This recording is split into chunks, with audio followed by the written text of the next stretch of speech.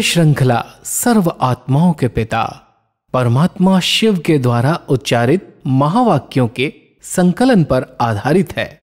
अमूल्य रत्न में आप सभी का हार्दिक स्वागत है। हर इंसान से अक्सर अपने जीवन काल में कुछ ऐसी गलतियां हो जाती हैं जिसके कारण उसे पछताना पड़ता है। इंसान सोचता है कि ये मेरी आदत है, मेरा नेचर है। अपने जीवन के अंदर इस नेचर को हम कैसे क्योर करें, आज इसी बात को हम विस्तार से जानेंगे और समझेंगे ईश्वरीय महावाक्यों द्वारा। और इसके लिए हमेशा की तरह हमारे मध्य हैं प्रजापिता ब्रह्मा कुमारीज ईश्वरीय विश्वविद्यालय के वरिष्ठ राजयोगी शिक्षक आदरणीय राजू भाई साहब। भाई साहब, आपका आज के एपिसोड में बहुत बहुत स्वागत है। भाई साहब, आज हम बात करेंगे 11 मार्च 1971 के महावाक्यों के बारे में। इसका टॉपिक है परिस्थितियों को पार करने का साधन स्वस्थिति। भाई साहब, स्टार्टिंग में परमात्मा ने कहा कि जब जहाँ अपनी बुद्धि को लगाना चाहे तो लगा सके। इसी अभ्यास को बढ़ाने के लिए अपने घर में यानी तपस्या करने आते हो तो यहाँ के थोड़े समय का अनुभव सदाकाल बनाने का प्रयत्न करना है। जैसे यहाँ मधुबन में चलते फिरते अपने को अव्यक्त फरिश्ता समझते हो, वैसे कर्म क्षेत्र पर व सर्विस भूमि पर भी ये अभ्यास अपने साथ ही रखना है। प्रैक्टिकल बात है भाई साहब, क्योंकि जब हम यहाँ तपस्या करते हैं तो उस समय आपके पास और कोई काम नहीं होता, बुद्धि भी फ्री होती है और बॉडी भी बहुत सारे कर्मों से फ्री होती है। परंतु जब आपको यही बुद्धि और अपनी बॉडी को अलग अलग कामों में लगाना पड़ता है तो परमात्मा के साथ कनेक्शन जुटा रहे, वो थोड़ा कठिन लगता है। अभ्यास करना पड़ेगा जी, क्योंकि यहाँ के वातावरण के अंदर बहुत सारा सहयोग मिलता है। जी, कोई स्थूल कारोबार नहीं होती जी, और केवल एक ही लक्ष्य होता है, मुझे तपस्या करनी है। जी, और उसके कारण वो स्थिति बन जाती है। लेकिन जब कर्म क्षेत्र पर जाते हैं तो कई कार्य होते हैं प्रवृत्ति के, और उनको करते हुए अगर ये स्मृति सदा कायम रहे, जो यहाँ अनुभव हुए, जिस अनुभव को हम यहाँ से लेके जा रहे हैं उनको रिवाइज करें, उनको बार बार याद करें कि हम इस वातावरण में गए थे तो ये अनुभव किए थे। तो वो कर्म करते हुए भी वो स्थिति बनाई जा सकती है, लेकिन बार बार उस अनुभव को रिवाइज करना पड़ेगा। तो घर गृहस्थ में रहते सब कार्य करते हुए भी एक बार अगर अच्छी तरह से यहाँ से अनुभव करके गए और रिवाइज करते रहते हैं तो काफी समय तक वो स्थिति बनती जाती है। वैसे परमात्मा कहते हैं कि जिसे लौकिक जीवन में न चाहते हुए भी आदत अपनी तरफ खींच लेती है, वैसे ही अव्यक्त स्थिति में स्थित होने की आदत बन जाने के बाद ये आदत स्वतः ही अपनी तरफ खींचेगी। कोई भी आदत तभी बनती है जब कोई कार्य बार बार किया जाता है, नेचर बन गई। जैसे बार बार कोई काम करते हैं तो वो एक नेचुरल हो जाता है। तो परमात्मा कहते हैं जब बार बार इसका अभ्यास करोगे अव्यक्त स्थिति का, बीच बीच में घंटे में 1 मिनट 2 मिनट, तो ये आदत बन जाएगी, ये करना है। तो इस आदत को बनाना है और जो पुरानी आदतें दूसरी बनी हुई हैं उनको मिटाना है। लेकिन उनको मिटाने के लिए जितना हम इसका अभ्यास करें, बीच बीच में देह से व्यक्त भान से न्यारे हो जाएं, अव्यक्त बन जाएं, तो ये आदत नेचुरल बन जाए तो एक नेचुरल नेचर हो जाएगी। जब चाहेंगे इस देह भान से डिटैच हो जाएंगे। तो परमात्मा हम सबसे यही चाहते हैं कि बहुत समय एक आदत नेचुरल बनी हुई है देह अभिमान में रहने की, अब इस आदत को मिटा करके सोल कॉन्शियस स्थिति में रहने की आदत डालो। वो आदत बन जाएगी तो अभ्यास सहज हो जाएगा। कहीं भी बैठे हुए उस अभ्यास को हम कर सकते। कोई भी काम हम करते हैं या कोई भी नई चीज़ सीखते हैं तो शुरू में तो डिफ़िकल्ट होता ही है, परंतु बार बार प्रैक्टिस करते हैं तो वो नेचुरली हो जाता है। नेचुरल हो जाता है, बिल्कुल। परमात्मा कहते हैं कि इतना पुरुषार्थ करते हुए कई ऐसी आत्माएं हैं जो अभी भी यही कहती हैं कि ये मेरी आदत है। कमज़ोरी क्यों है, क्रोध क्यों किया, कोमल क्यों बने, कहेंगे मेरी आदत है। ऐसे जवाब अभी भी देते हैं।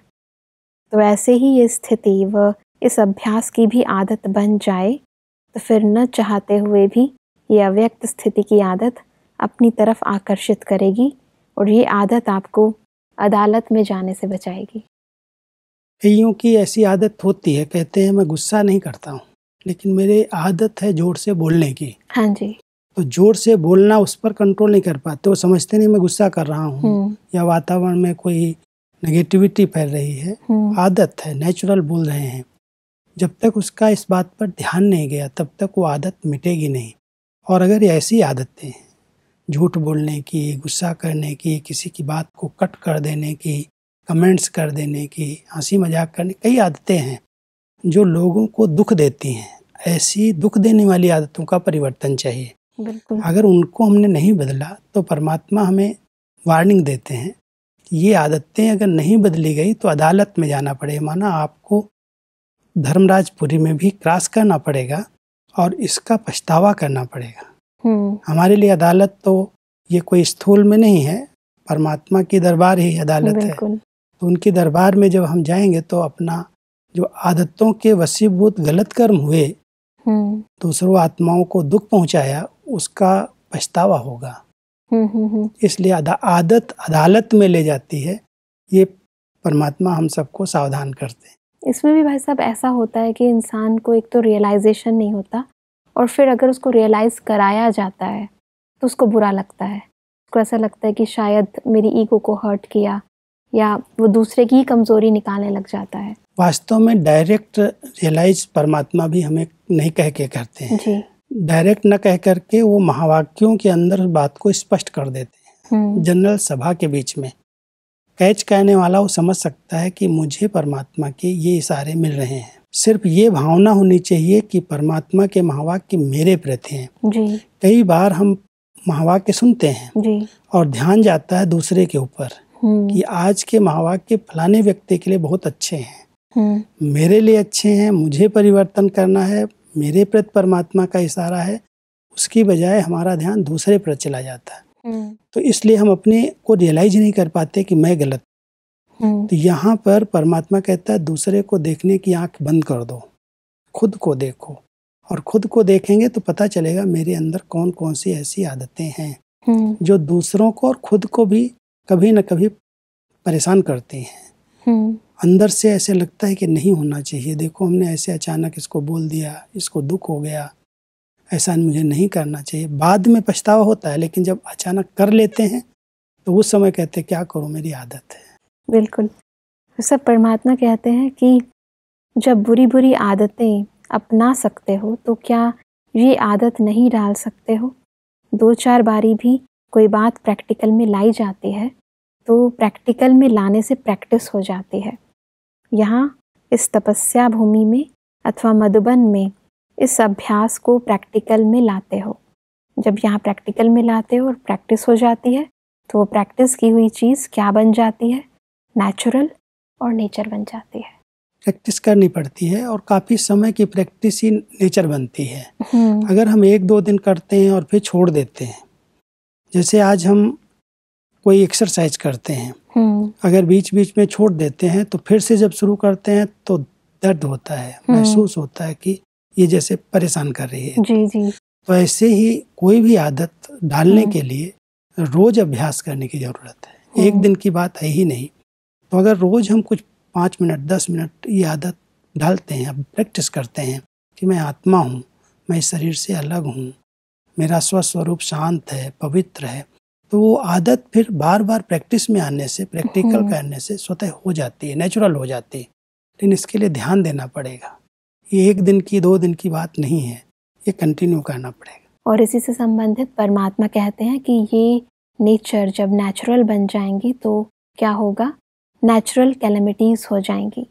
आपकी नेचर न बनने के कारण ये नेचुरल कैलेमिटीज़ रुकी हुई हैं। क्योंकि अगर सामना करने वाले अपने स्वस्थिति से उन परिस्थितियों को पार नहीं कर सकेंगे तो फिर वह परिस्थितियाँ आएंगी कैसे। सामना करने वाले अभी तैयार नहीं हैं, इसीलिए ये पर्दा खुलने में देरी पड़ रही है। एक परमात्मा बहुत गहरी बात हम सब बच्चों के आगे रख रहे हैं, क्योंकि कई प्रकार की नेचुरल कैलेमिटीज समय पर समय आती हैं जी। लेकिन उनका सामना करना, उन पर विजय प्राप्त करना, उसके लिए हमारी नेचर चाहिए इस देह भान से डिटैच होने की। अशरीरी बनने की। जी। अगर हम अशरीरी स्थिति का अभ्यास नहीं कर रहे हैं तो कोई भी परिस्थिति आएगी, विकराल परिस्थितियाँ जो आजकल आने लगी हैं, जी। ये समय के अनुसार हम देख रहे हैं, नेचुरल कैलेमिटीज आज अचानक आ जाती हैं। कहीं अचानक इतनी बरसात पड़ जाती है, कहीं अचानक सूखा पड़ जाता है, कहीं भूकंप आ जाते हैं, कहीं ज्वालामुखी पड़ते हैं। जी। ये नेचुरल कैलेमिटीज नेचुरल आ रही हैं। जी। अब ऐसी परिस्थितियाँ जब आती हैं तो उनको क्रॉस करने के लिए स्वस्थिति बहुत अच्छी चाहिए, बिल्कुल। नहीं तो हलचल हो जाएगी। तो परमात्मा कहते हैं ये अभ्यास नेचुरल कर लो कि मैं आत्मा हूँ, इस शरीर से अलग हूँ, जी। इस प्रकृति की मैं मालिक हूँ, ये नेचर बना लो। जी। तो इस प्रकृति पर जब जीत हो जाएगी तो अगर कोई नेचुरल कैलेमिटीज आएगी तो उसका सामना कर सकेंगे, उसमें घबराएंगे नहीं, हार नहीं खाएंगे, क्योंकि ये सब कलयुग के अंत के लिए अंतिम समय की निशानियां हैं। इसके परिवर्तन के लिए सबकी आवश्यकता है। जो आ रही हैं नेचुरल कैलेमिटीज, उसका कारण यही है कि कलयुग सृष्टि को कैसे सफाई किया जाए, कैसे परिवर्तन किया जाए, और उसके बाद ही सतयुग आएगा। तो ये नेचुरल कैलेमिटीज आना स्वाभाविक है, और वैसी कैलेमिटीज का सामना करने के लिए हमारी अशरीरी स्टेज, अव्यक्त स्टेज की नेचर बन जानी चाहिए, ताकि हम उस परिस्थिति को सहज पार करके, क्रॉस करके आगे बढ़ सकें। बहुत सुंदर। परमात्मा कहते हैं कि अभी तक इन पुरानी आदतों से, पुराने संस्कारों से, पुरानी बातों से, पुरानी दुनिया से, पुरानी देह के संबंधियों से वैराग्य नहीं हुआ है। जहाँ भी जाना होता है तो जिन चीज़ों को छोड़ना होता है उनसे पीठ करनी होती है, तो अभी पीठ करना नहीं आता है। एक तो पीठ नहीं करते हो, दूसरा जो साधन मिलता है उसकी पीठ नहीं करते हैं। तो जब कोई चीज़ छोड़नी होती है तो हम आगे बढ़ते हैं तो सब पीछे रह जाती, पीठ के पीछे रह जाती हैं। जी। और जो अपनानी होती है उसको बार बार उसकी पीठ करना, माना उसको बार बार फॉलो करना, वो भी पीठ करना होता है। जैसे कहते हैं इस बात के लिए हमने इसकी पीठ की तो सफल मिले, माना बार बार वो किया। जी। तो दो बातें, ये पीठ जो हमारी शरीर के पीछे है ना, जो पीछे हो गया, जो बातें हैं उनको हमने पीठ कर दी, और जो हमें अपनाना है उसको बार बार अभ्यास में लाना, उसकी पीठ करना है। बार बार अभ्यास में लाने को भी पीठ कहना कहते हैं। जी। इसको पीठ करो, इसके पीछे लग जाओ, फॉलो करो, इसके पीछे लग जाओ। जी। जब तक वो प्राप्त नहीं किया तब तक उसके लिए मेहनत करो। जी। तो परमात्मा इस पीठ के दो शब्द ले रहे हैं। एक तो जो हमें छोड़ना है उससे वैराग्य वृत्ति चाहिए। जी। जब तक इंसान को वैराग्य नहीं आता तब तक वो सन्यास नहीं करता। आज जितने भी सन्यासी बने उन सब ने जो सन्यास किया है कोई ऐसी घटना देख करके, दुख की घटनाएं देखी। जैसे गौतम बुद्ध जी की कहानी में आता है कि उन्होंने ऐसे दुख दर्द वाले सीन देखे तो उनको वैराग्य आया, और जब वैराग्य आया तो उन्होंने सन्यास कर दिया, सब कुछ छोड़ दिया। जी। अब वास्तव में स्थूल सन्यास परमात्मा हमसे नहीं कराते, जी। लेकिन बुराइयों से, विकारों से, पुराने आदतों से तभी सन्यास होगा जब इनसे वैराग्य होगा कि ये कितना दुख देने वाली चीजें हैं, कितना आत्मा का पतन इनसे हुआ है। जब अंदर इसका ज्ञान इमर्ज होगा तो वैराग्य आ जाएगा, और जब वैराग्य आएगा तो इसको छोड़ना, इसको पीठ करना बड़ा सहज है, इसको छोड़ के आगे बढ़ जाएंगे। और जब आगे बढ़ गए तो जिसको अपनाना है उसको बार बार अभ्यास के अंदर ला करके उसकी पीठ करना है। वैराग्य वृत्ति की बहुत सुंदर निशानी है। जी। साकार में जब ब्रह्मा बाबा थे तो उनके पास एक ऐसा खिलौना था, अभी भी रखा हुआ है। जी। तो उस खिलौने में दिखाया हुआ था राम, सीता और रावण। ऐसा वो घूमता था, जब राम सामने आते तो सीता उनको मुक्त कर लेती थी। जी। और जब रावण सामने आता था तो उसके सामने पीठ हो जाती थी। जी।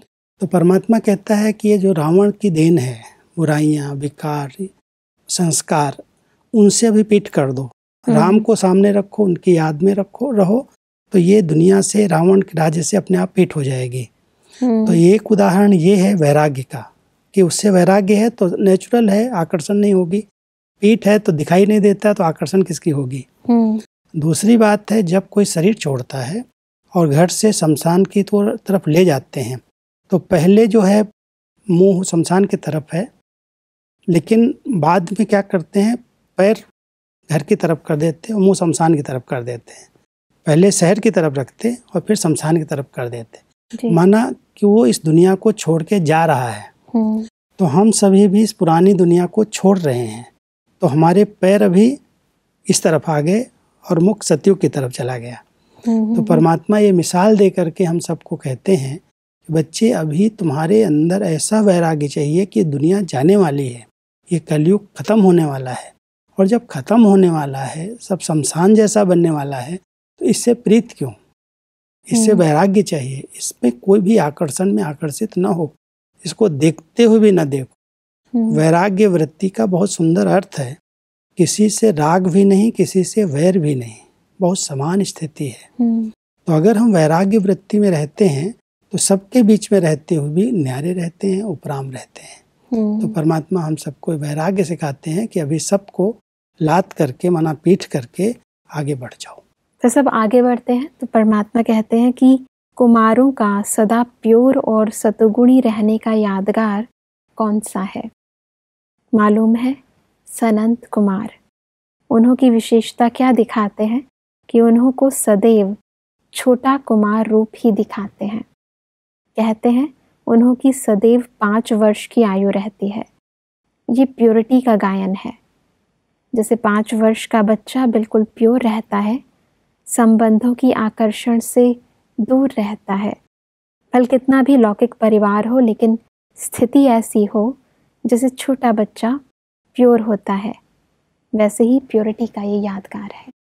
कहते हैं एक बार अनसुईया ने कई देवताओं को आवाहन किया, तो उन्होंने शर्त रखी कि कोई भी वस्त्र पहन करके इनके सामने नहीं आएगा।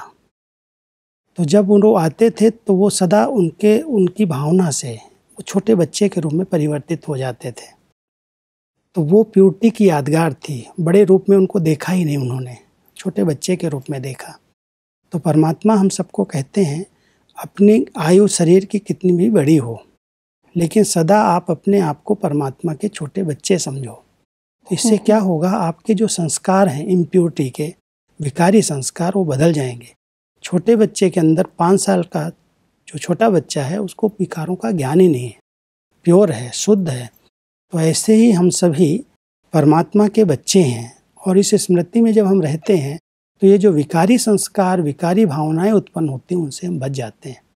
तो हम सबको परमात्मा कहते हैं अपने संस्कारों को प्योर बनाने के लिए अपने आप को सनत कुमार, छोटा बच्चा समझो।